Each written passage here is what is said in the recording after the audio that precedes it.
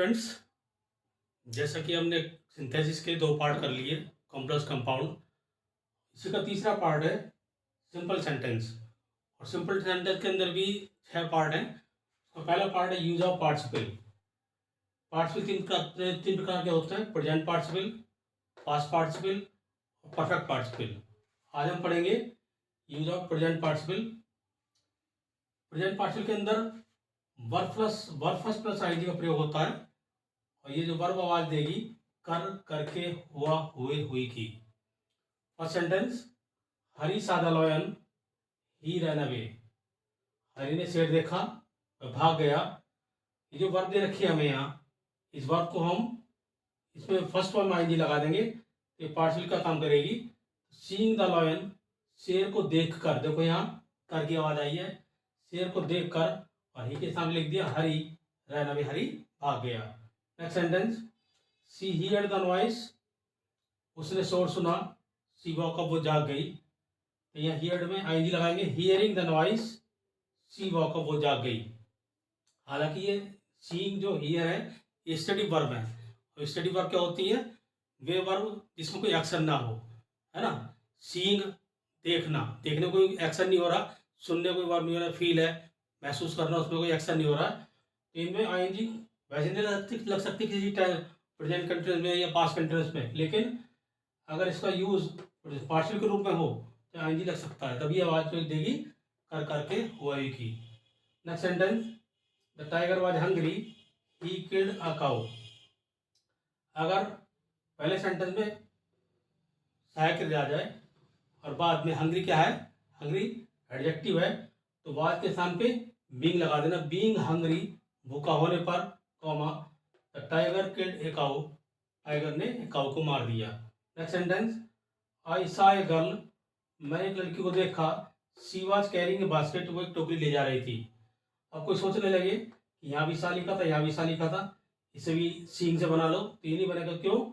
यानी को हरी यहाँ सब्जेक्ट था, इसी यही सब्जेक्ट यहाँ ही बना, लेकिन इस सेंटेंस के अंदर आई सब्जेक्ट है और बाद में सी सब्जेक्ट है। तो यहाँ आई ने बात करी एक लड़की की और अगला सेंटेंस उस लड़की पे डिपेंड है। तो कभी ऐसा सेंटेंस आ जाए तो आई सा ए गर्ल, मैंने एक लड़की को देखा, आईएनजी वाला हिस्सा जो हमारी ये जो पार्टिसिपल है उसमें जोड़ देंगे। आई सा a girl carrying a basket, मैंने देखा एक लड़की को ले जाते हुए, देखो यहाँ हुए की आवाज आ गई, ले जाते हुए एक बास्केट, एक टोकरी। Next sentence, she was tired of walking, वह थक गई चलने से। सी सैट डाउन, वो बैठ गई, टू टेक रेस्ट, आराम करने के लिए। तो यहाँ वाज के स्थान पे बीइंग टायर्ड ऑफ वॉकिंग, थक जाने पर, चलने से, comma she sat down to take rest, वह बैठ गई आराम करने के लिए। इसके बाद देखते हैं हम पास्ट पार्टिसिपल। अब देखिए यूज ऑफ पास्ट पार्टिसिपल।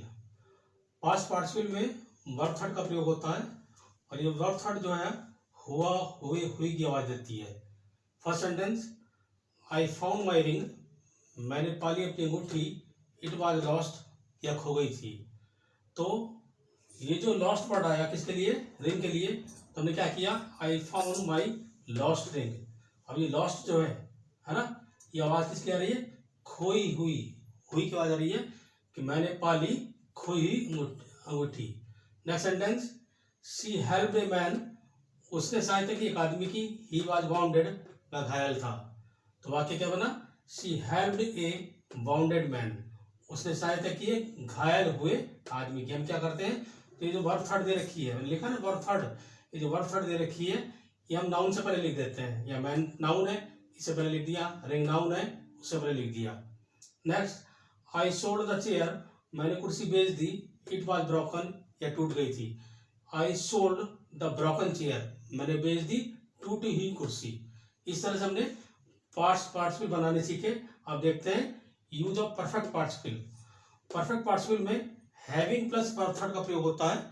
और हैविंग प्लस वर्ब थर्ड की जो आवाज आएगी के पश्चात, के बाद।